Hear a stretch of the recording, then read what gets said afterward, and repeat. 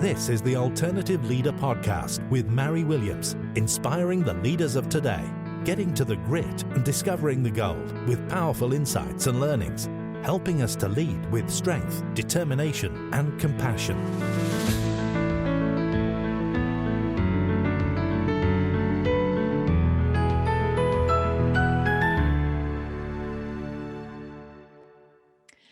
Hi, my name is Mary Williams and I'm the Mind Architect, and welcome to the Alternative Leader Podcast.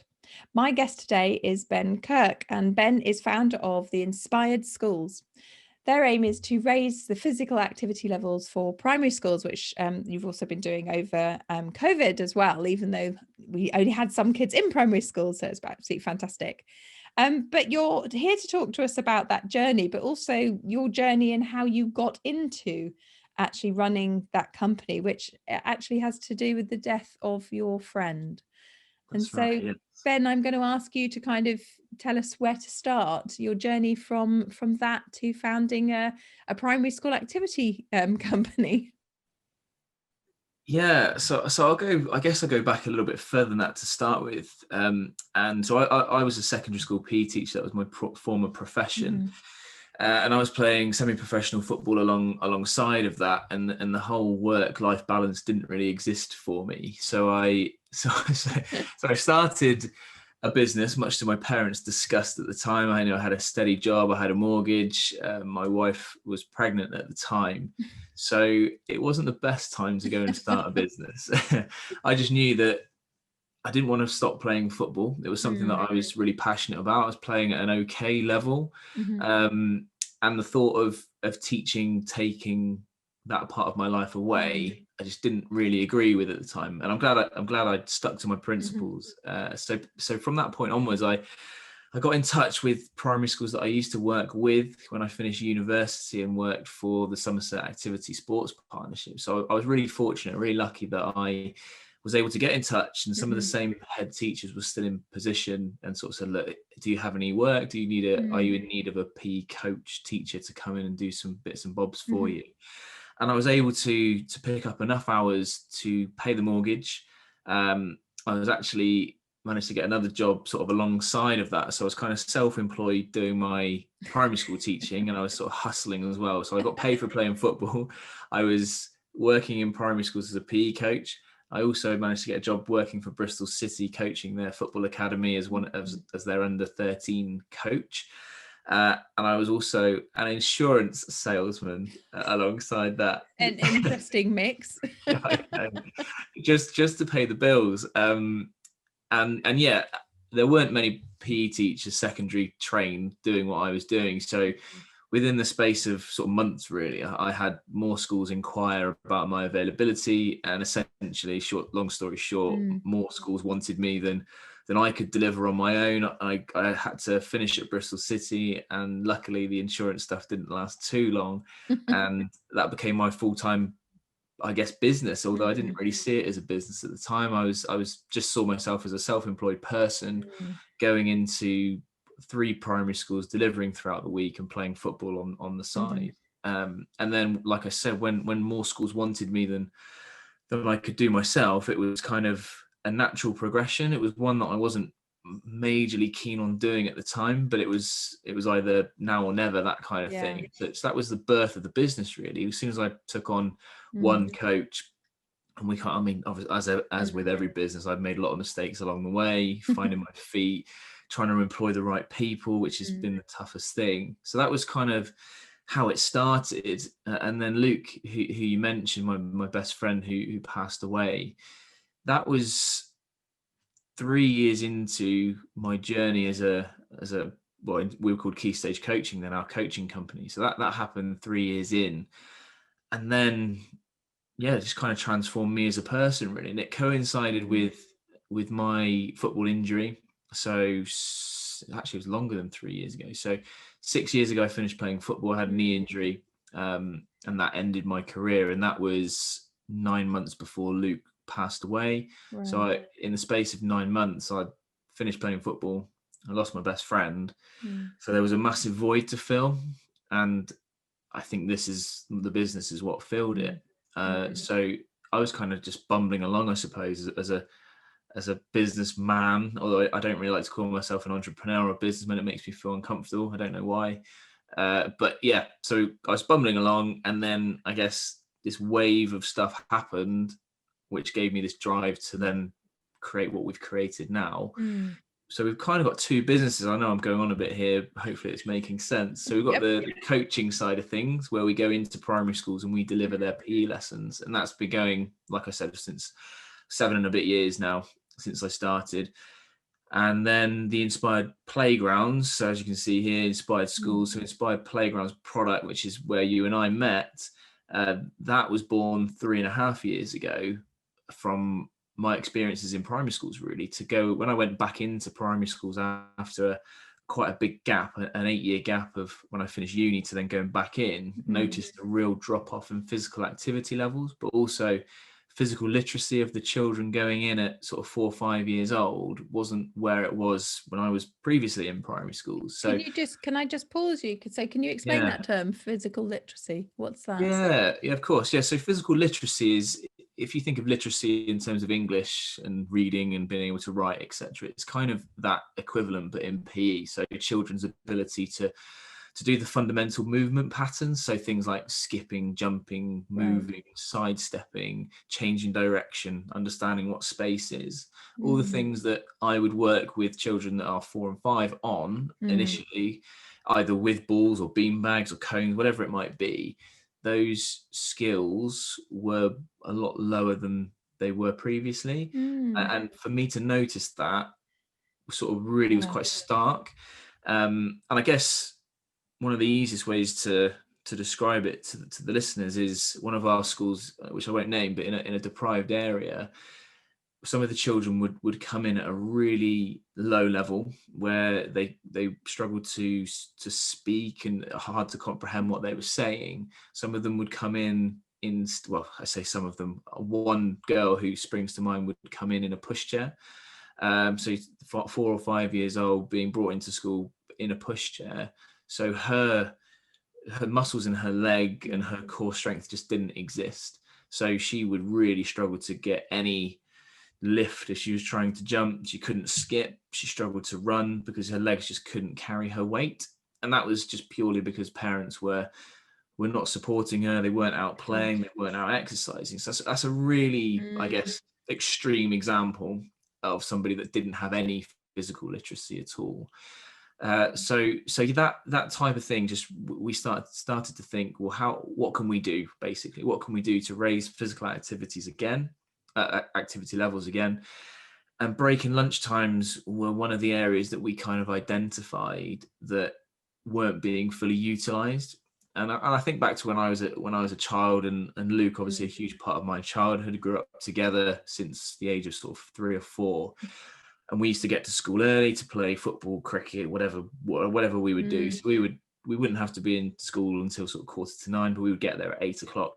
So we would play sort of half an hour of whatever it would be. So that was kind of my childhood, and I didn't know any different. And even looking back now, it's only within the last sort of couple of years that I think, well, was that just me or was that everybody? And obviously it was just me and the type of children that, similar to myself, who were sporty and active and enjoyed the outdoors potentially. So there were still those children back then who didn't enjoy physical activity, physical literacy. However, the advent of social media and technologies and things like that have I guess compounded that impact. So yeah, I hope that's made sense about physical literacy. It's a long answer. Yeah, no, absolutely has. Ben, I'm just going to pause us because I'm getting feedback. No, so that does make a lot of sense, and I think I've certainly noticed it having sort of 5 children. Obviously, I have 3 that are kind of 25 and above, and then I have a 14 and 16-year-old, and the difference is enormous. So my sort of older boys, they just didn't come home straight after school. They were out till 6 blokes a day playing football, kicking ball around.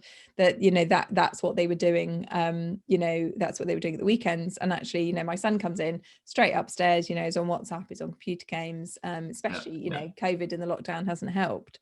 And I agree. I think the kind of lack of physical exercise is a massive issue with kids these days. But no, I think it's absolutely fascinating. So can I ask you, if you're kind of happy to, can you talk us through kind of what happened with Luke, and then how that affected you as a person, but also then how did that affect the business? Because I know the two are very linked for you.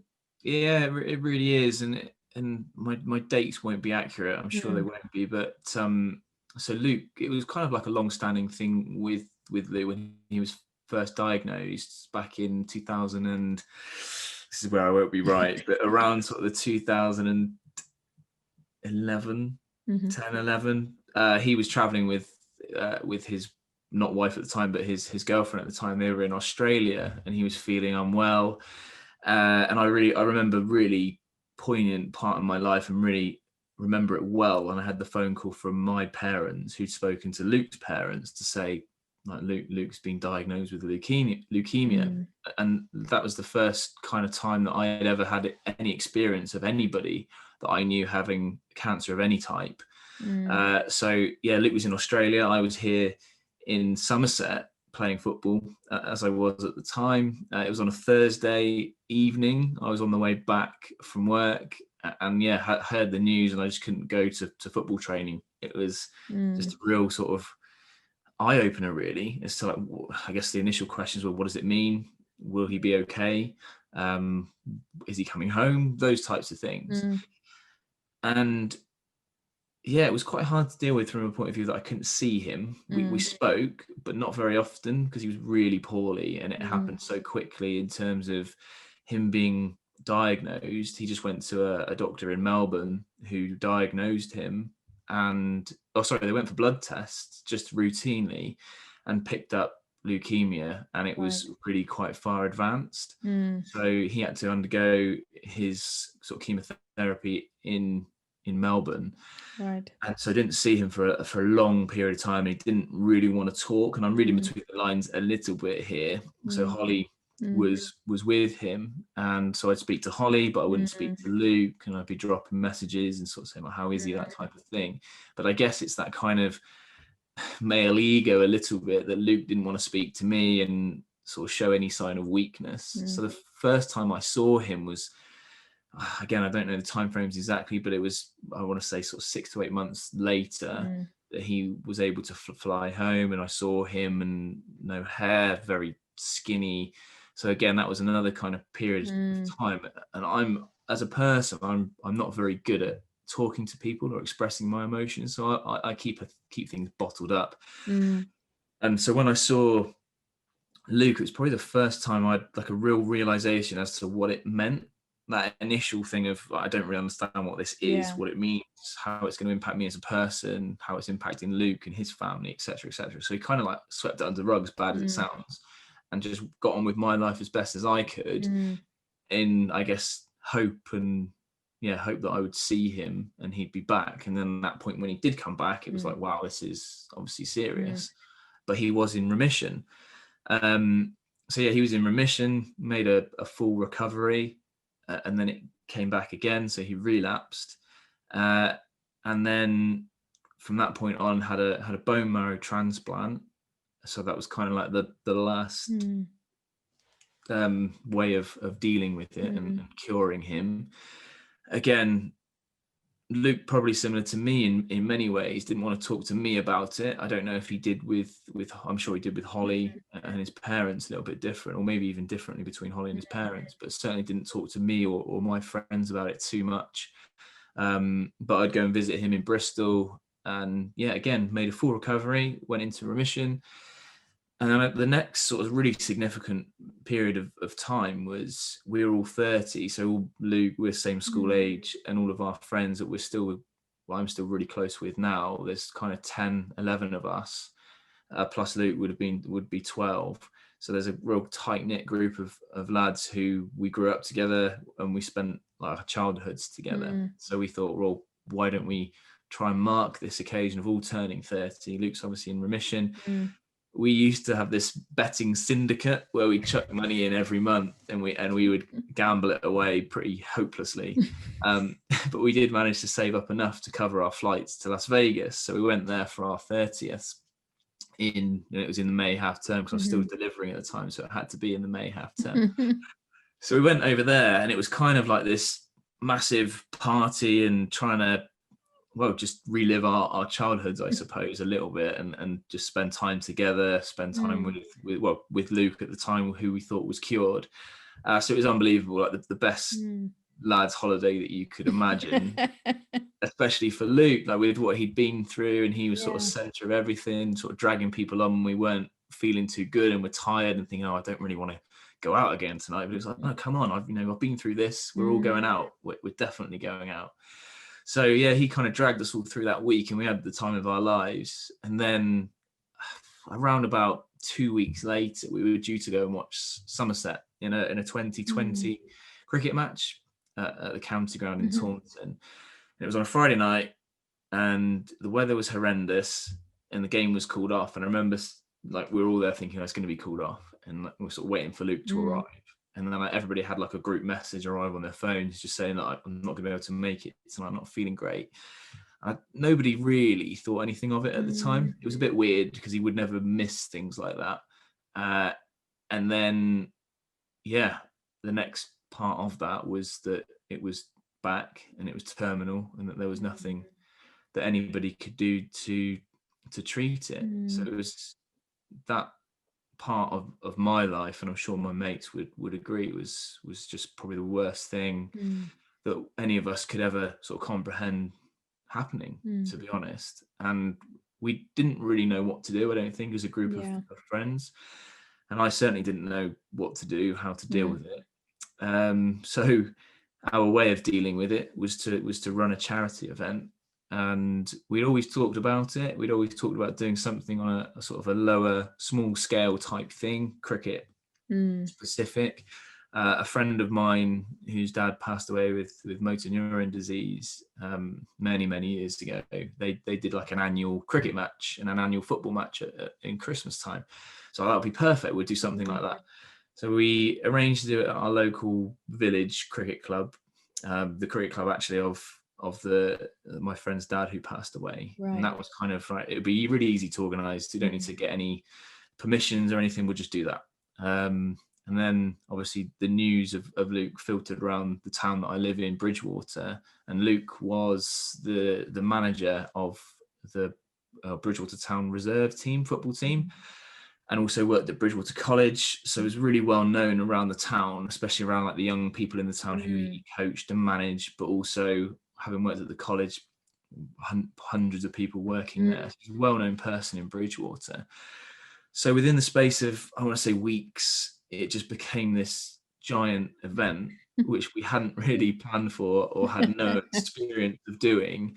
And again, long story short, and if you want to know more about it, by all means ask. We went from running this small village event to running something at our Bridgewater Cricket Club, who kindly let us have their pitch, and we had a marquee up, and it was this huge event which about 2,000 people attended. I reckon, at some point during the day. And we raised, I think it was definitely above 20,000. I'm not sure exactly, but we raised £20,000 for what was at the time leukemia and lymphoma research, which is now Bloodwise. So we run that event. We ran it every year for the first 3 years, and we're now doing it every other year, and we're up to about 70,000 plus now that we've raised. Yeah, so I guess that sort of galvanized us as a group of friends to run that. And then sort of the last memories of Luke would be that he was able to attend, even though he wasn't given that long to live. So sort of time frame wise, we got back from Vegas in June, early June, found out that it was terminal mid-June, and we ran this charity event at the end of August, bank holiday weekend. So it was a real short turnaround, and Luke was able to attend. And then, one of my last memories really of Luke happy was that we watched Manchester United Arsenal around one of my friend's house. It's kind of like we just talked about the cricket and what happened on that day and all the funny things that happened and how much we raised, etc. And just to see him sort of smiling on that day was pretty special. And to be honest, the most special thing was that he was able to attend the charity event, and Holly brought him down in this transporter van and opened up the side door, and he was sat there watching us play cricket. Very bad a standard of cricket, but he was able to watch, and then both teams sort of went over and sort of applauded Luke, and he sort of waved at everybody, and that was, that kind of made it really, and I think that made the event what it was, that Luke was able to get down there for that. And then October time, Luke passed away. Okay, that's really sad.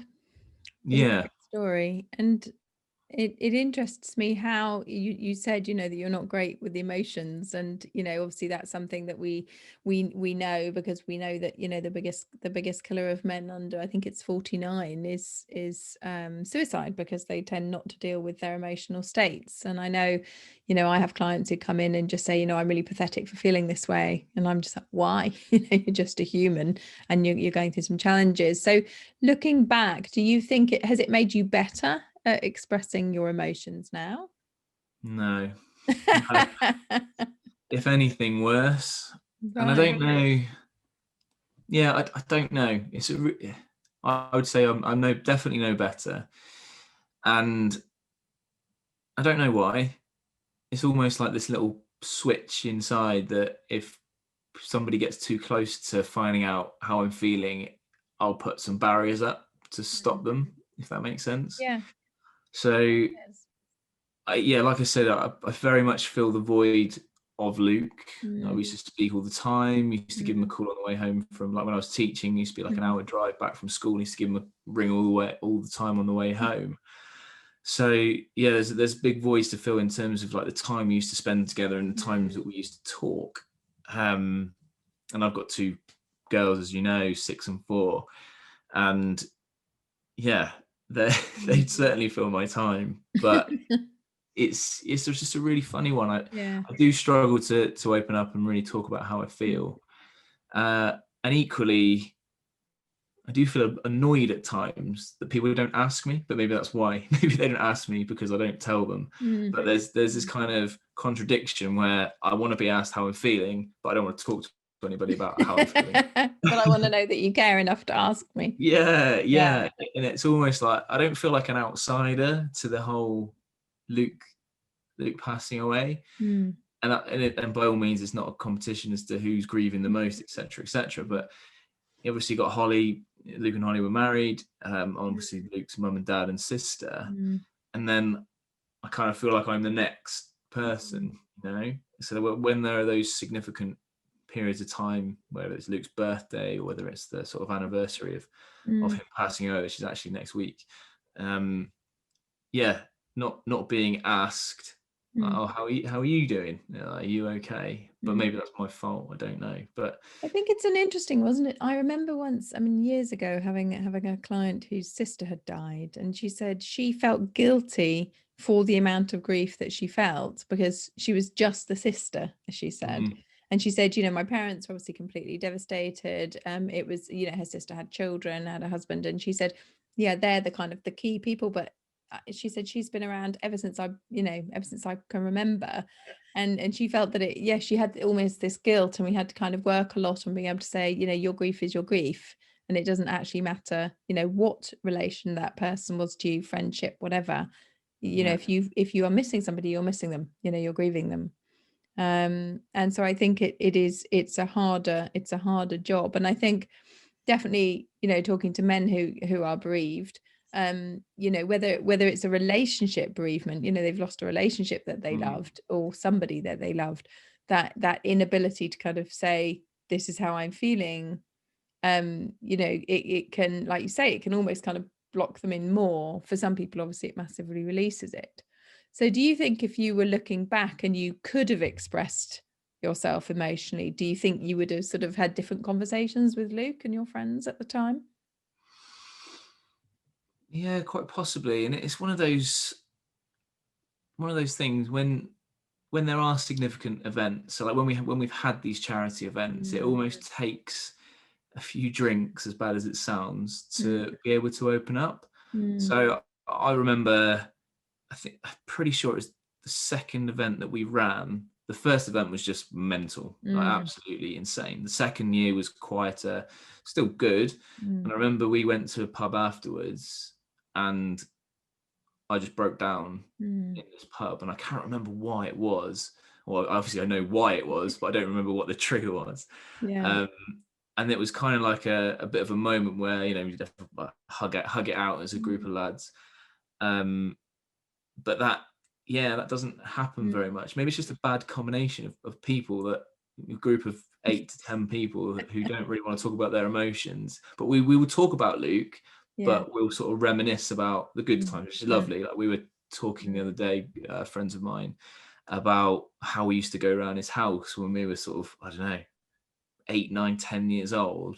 Like I said to you earlier, around being outside and playing all the time. If it was raining, Luke had a what was it, an Amiga, I think, an Amiga games console that we used to go around his house and play on this old school Football Manager game.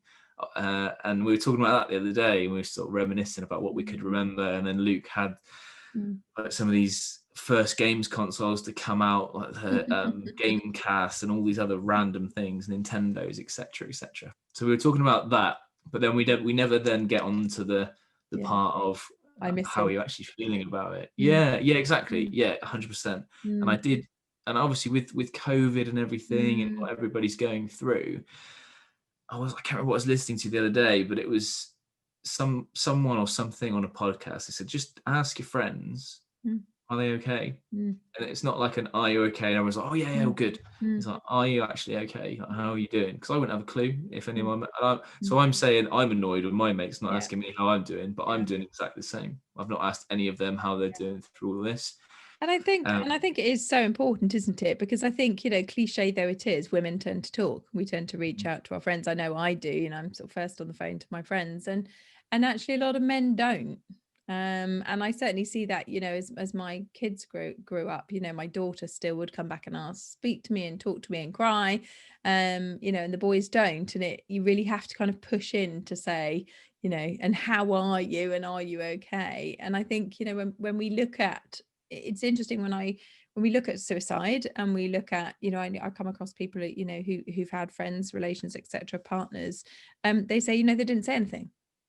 And quite often they said nothing, you know, they hadn't even gone to their GP, they hadn't asked for any support at all. And I think, especially when we're going through sort of long-term illnesses, it's what I've heard from men who've gone through it, is it's almost sort of, I'm seen as being weak, you know. And I think there's sometimes, I think, and this is just my opinion, but we talk so much about, you know, I'm going to beat cancer, and, you know, I'm going to fight the battle, and it's hard won. And, you know, I sometimes wonder about that messaging, because although it's very strong messaging to the people that can't beat it, you know, who've done nothing wrong, actually, what does it say? You know, what does that message then say when it flips over to this is terminal?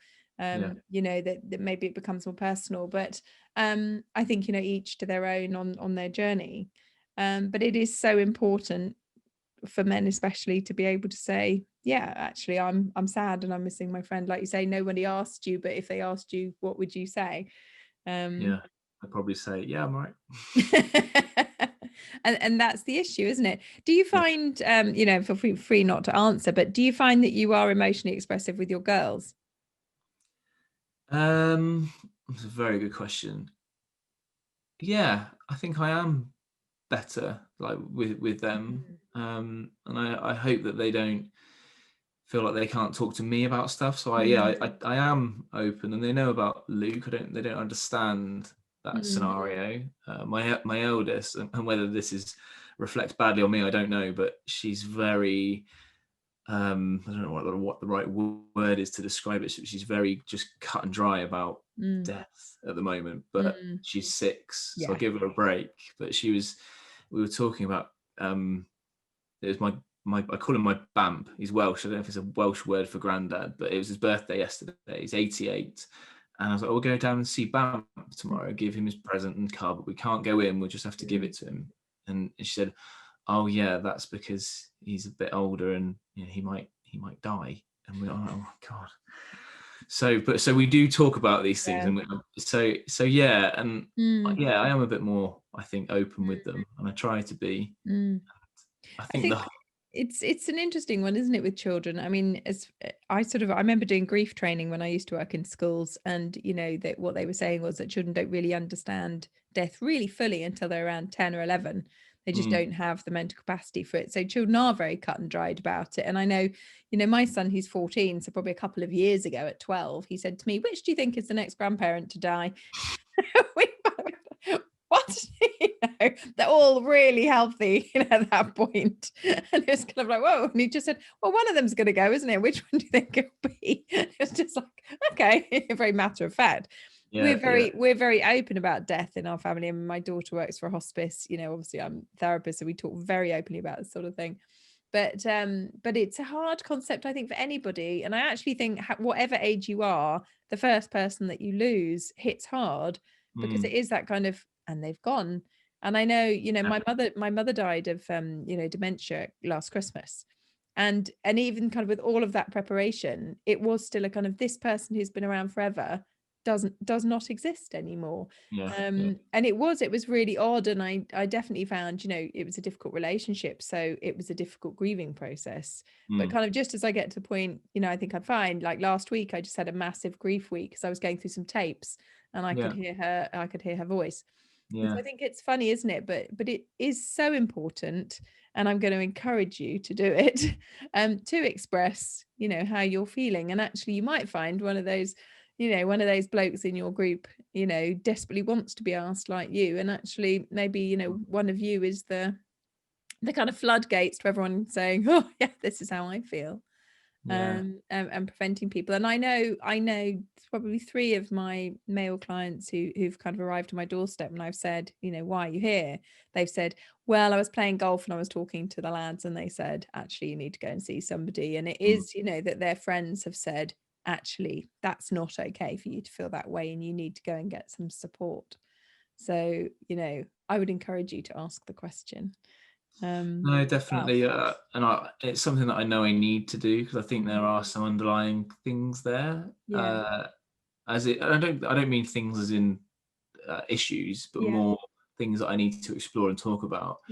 Because I guess exaggerated by the whole COVID scenario, I do feel myself just becoming emotional randomly, and not just like bursting out crying, but just sometimes, I don't know, I could be feeling really happy and I'd be outside and start thinking, oh God, I actually feel like happy, but emotional happy.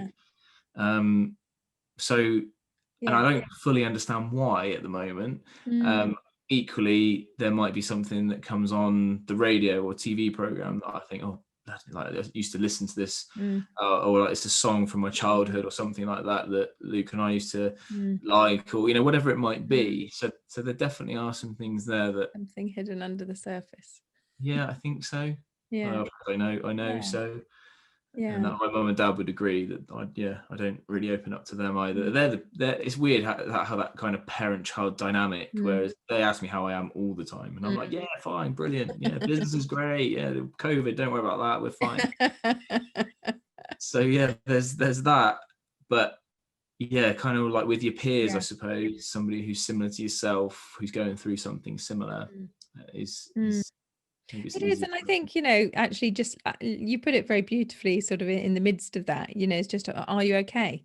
And I think often what stops people is them not knowing what to say. And I remember talking to a friend of mine who at the time is a bereavement counsellor, and she said, you can literally say to someone, I don't know what to say, but I'm just saying, I'm sorry, you've been through whatever, or, I'm here if you need, or do you need me to mow the grass? And I remember I worked with cancer patients who just come through their operations, men and women.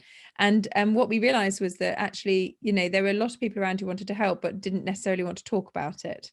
So there was a woman who'd had breast cancer, and she said, I know the kind of 70-year-old up the road wants to help, but he does not want to talk about breast cancer, with me.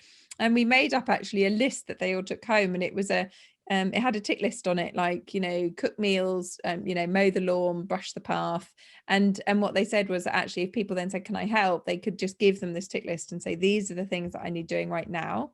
And that you could kind of update it every 6 months, obviously, as the different challenges changed, but that it allowed people, so she said at some point her 70-year-old guy came over and said, do you want me to mow your grass? And that's what he ended up doing. And she said, and that was actually really just an amazing thing, because it meant I just didn't think, that's the job I need to do. But to kind of move away from that a little bit. So what was the link for you between Luke's death and actually really beginning to build the business up? What was the mental shift then for you that took that forwards? I think it was that void. This the clearest thing that I can put it down to is that time that I would have spent with Luke, talking to him or spending physical time with him, equally like with my football as well. So suddenly having Tuesday, Thursday evenings and Saturdays free, it was. And I'm not very good at not doing anything. I annoy the hell out of Siobhan, my wife, because I can't sit still. I have to be doing something. So I think that's just it.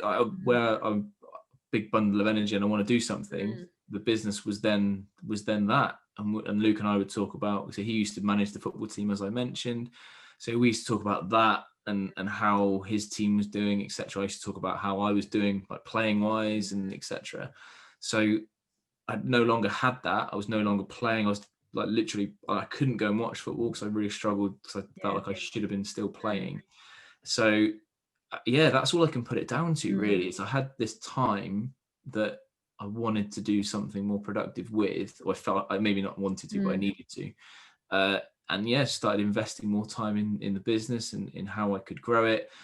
You and I went on the same business course to learn about how to build it further than I was at the time. So yeah, the Inspired Playgrounds stuff was born 3.5 years ago. So yes, I don't think it's a coincidence that happened. Maybe looking for ways to expand the business and then create this new product. And yeah, and then I think got to the point where I thought, actually, I really enjoy this. I enjoy the challenge, and I also enjoy making the impact on the children, I suppose, is the main thing. And we started to see that improving, not necessarily just through me delivering, but our team as well of coaches that go out on a daily basis. So we've got a team of 10 now that go out on a weekly basis. We deliver about 260 hours a week of PE delivery as a company. And the Inspired Playgrounds is now in 64 schools across the country. And the Inspired Playgrounds, what is that exactly? Yeah, so the Inspired Playgrounds it's a set of playground markings. So everybody listening hopefully will have some idea of what playground markings are. Typically like your hopscotches and your number squares, snakes and ladders, stuff like that. So yeah, it was born out of me thinking, well, actually, how much are these markings used? So they're put down every year. Someone from the county council will come and respray the hopscotches, the number squares, but no kids really use them. Yeah. So we were thinking, well, what can we create that would actually get used? And started researching into thermoplastic. So the markings we put down are thermoplastics. Right. So they're actually heated, so they're melted onto the playground with a blowtorch. So they're more permanent than sprayed markings. Again, they're really common around the country. But we created 5 stations that are really versatile, flexible. They're fitness stations essentially, but they can be used in loads and loads of different ways, using equipment or no equipment at the moment with COVID. So the children can just go on the markings and just go on one of our ladders and practice some different foot movements to work on the physical literacy stuff that we mentioned earlier. So yeah, 5 fitness stations. But then again, we were sort of thinking, well, how can we make this sustainable? Because anything that is new that goes into a school has this kind of bounce effect where it's new, it's bright, new markings, new ladders, new markings, I'll go and use those. And then 2 months down the line, it fades away. So literally, and also children not using them. So we then, because we're not playground specialists by any means, we're educational specialists. So we created this training program using the markings that we then go in and train up the school to fully utilize them. So we work with sports leaders. So typically they're year 5 or year 6 children. And the reason for that is teachers are so busy, from my personal experience as well. Anything that's resource heavy, it might work for a month, 2 months, a half term, a term maybe, but then teachers start thinking, I've got to get the resources out from the cupboard again, I've got to do this. So the children deliver it for the children. Brilliant. At the school. Yeah, and that was one of the ticks in the box for us really, was what can we do? How can we make it sustainable so that year by year the school are accessing those markings, so the leaders have like a year lifespan. And then we took it one step further in that the leaders can record active minutes of the children that take part. So we created this web application where the leaders will input data on who's taking part on a playground session. So it's quantifiable for the school. They've invested this amount of money in us. It's resulted in this amount of minutes. Also, there's other impacts as well, such as like behavior, attendance, attainment. Attainment's a bit of a longer win. Active kids attain better, they get better grades, but it's not an instant thing. But they will concentrate better in the class. So as we've sort of built the program, it has grown in terms of the benefits of it. So that's it. Yeah. So markings, training program, web application, and that's the Inspired Playgrounds package, really. I think it's fascinating because, I mean, PE is often the thing that gets dropped. And and it's the thing that we need the most in some respects. I mean, our ability to physically move our body improves our confidence. You know, I mean, certainly, you know, there's research that shows that girls who feel more physically confident are actually less likely to be attacked as adults. Right. You know, I remember sort of reading that when my youngest daughter was 2, and I used to make her go up and down the commando nets at the local park. You know, this little kind of pink bonnet and this kind of crawling up the ropes, terrified that she'd fall, but she's very, very physically confident now. And I think, you know, we have to look at the long-term picture and just our health, you know, our heart health, absolutely everything, but our mental health, you know, is huge, and the mental health linked to physical activity. And I remember when I did trainee teaching, and we had somebody in the class who he had ADHD. You know, sitting still was a massive problem for him, and he used to just get really fidgety, and eventually we'd just go, off you go, and he'd go off and he would literally just do a whole circuit of the school field, come back in, sit down and work. Amazing. You know, he needed that. And I think it's the wrong decision when schools go, you know, we're time pressured to cut the physical, because like you say, it affects the mental, and like you say, the ability to focus, the ability to concentrate, ability to learn so much. So I think, you know, I've always thought what you're doing was absolutely fantastic, and actually getting that, it's so easy to put stuff into a park or into a playground and then just go, right, we've ticked that box. And I love that you're using young leaders, because of course also the role model then is, you know, the older kids are using this, not, oh, the teachers want us to do this, but the older kids think this is cool. So your buy-in is much better. So I think it's absolutely fantastic. And so I think, you know, it's interesting to me that, and I'm going to kind of pull you up on it because I can, because I know you, but you know, it is interesting to me that you're able to go, I should be more emotional, I should be asking for support, I should be asking for help, and you're not doing it. So I'm just going to leave that with you. Thank you for that. I'll be stewing on that all night now. Okay. You know, because it's important, and it's an important role model for your kids too. But I'm going to sneakily leave it there and just ask you the 3 questions that I ask every guest. So my first question is, when you look back to that period of challenge in your life, was there a book, film, or music that either resonates or helped you through? So the song is Hey Jude, Beatles classic, and Brandon. So Luke played it. They had it at their wedding, Luke and Holly's wedding, and it's a great song, obviously. But we then went to, so Luke had passed away.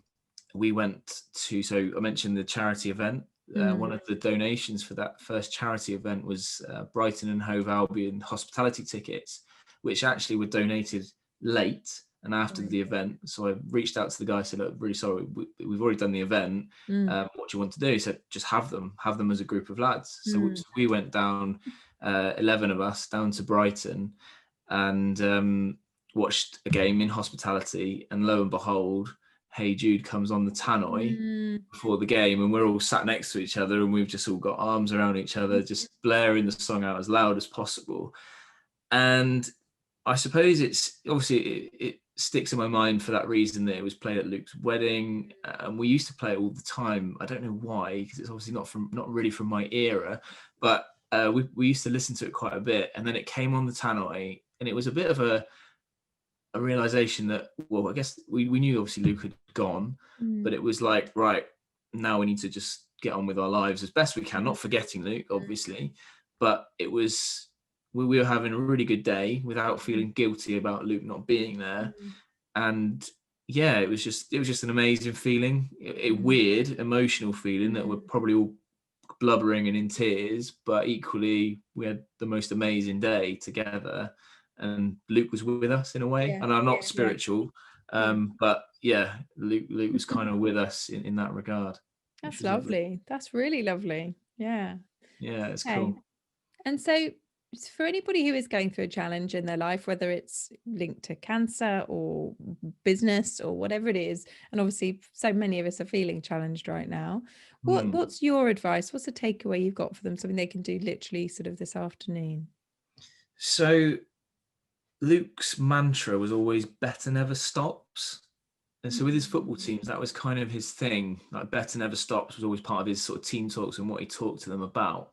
So I guess I try and live my life by that now as well, with the business, and try and improve me as a person, which is I'll take your points on board about speaking about my emotions more.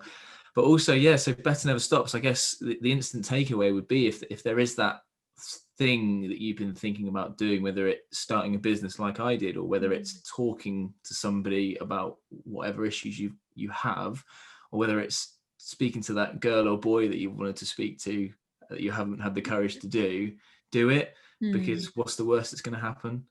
So yeah, I know it's a bit of a cheesy thing to say, but sort of follow your dreams and just give everything a go, because the worst thing that you could do, and I've got a few of these from my past, is to think, well, what if I had done that? What if I had tried this? Or what if I had started a business?